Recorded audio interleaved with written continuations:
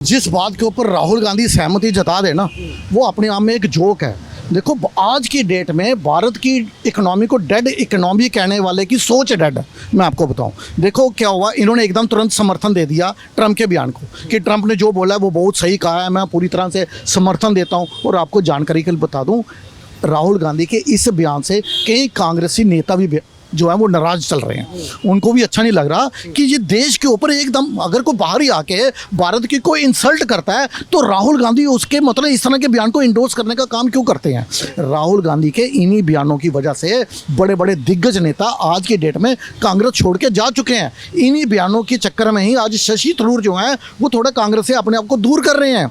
चाहे इनकी बात करूँ, चाहे मैं आनंद शर्मा जी की बात करूँ, चाहे मनीष जी की बात करूँ, ये बड़े बड़े दिग्गज नेता जो हैं ये कांग्रेस से अपने आप को दूर कर रहे हैं। क्योंकि देखो, राष्ट्र नीति पे राजनीति नहीं होनी चाहिए जो राहुल गांधी करते हैं। देखो, राहुल गांधी अपनी अल्प बुद्धि का जो परिचय है वो बार बार देते हैं जनता को। वो दिखाते हैं कि ये मेरी जो अल्प बुद्धि है उसके कारण देखो बीजेपी को तो फायदा पहुंचता है। राहुल गांधी के इस तरह के बयानों से बीजेपी जो है उसको चुनाव में फायदा पहुंचता है। लेकिन मैं कहता हूं बीजेपी को भी अपने इस तरह के बयान के लिए, जिसको आपने एलओपी बना रखा है, इनके इन बयानों की वजह से भारत को भी बहुत नुकसान पहुंचता है। जब ये पोस्टर बॉय बनते हैं पाकिस्तान के, जिस दिन इन्होंने ये बोला कि सिंदूर के ऊपर अपनी स्टेटमेंट दी, ARY न्यूज़ चैनल, समा न्यूज़ चैनल, पाकिस्तान के कई मैंने देखा न्यूज़ चैनल के ऊपर राहुल गांधी की बाइट चल रही थी। राहुल गांधी पूरा दिन उनके मीडिया में छाए रहे।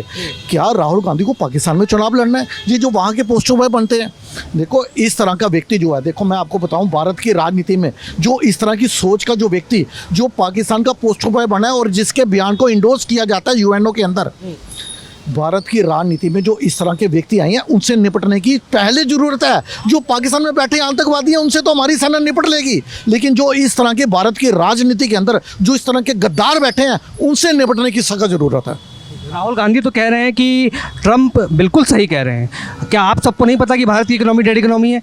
तो कहीं ना कहीं वो इस बात की शंका जता रहे हैं कि भारत के अंदर कुछ नहीं बचा। अभी US के द्वारा टैरिफ भी लगा दिया गया है, तो कहीं ना कहीं ये इकोनॉमी तो और गर्त में चली जाएगी अगर डेड है तो। देखिए, USA के द्वारा जो टैरिफ लगाया गया या ये जो डेड इकोनॉमी जो राहुल गांधी बोल रहे हैं, मुझे बताइए, राहुल गांधी जी से मैं पूछना चाहता हूँ, यदि आपको भारत की इकोनॉमी डेड इकोनॉमी लग रही है तो आपने सैकड़ों करोड़ रुपया भारत की शेयर मार्केट में निवेश क्यों कर रखा है?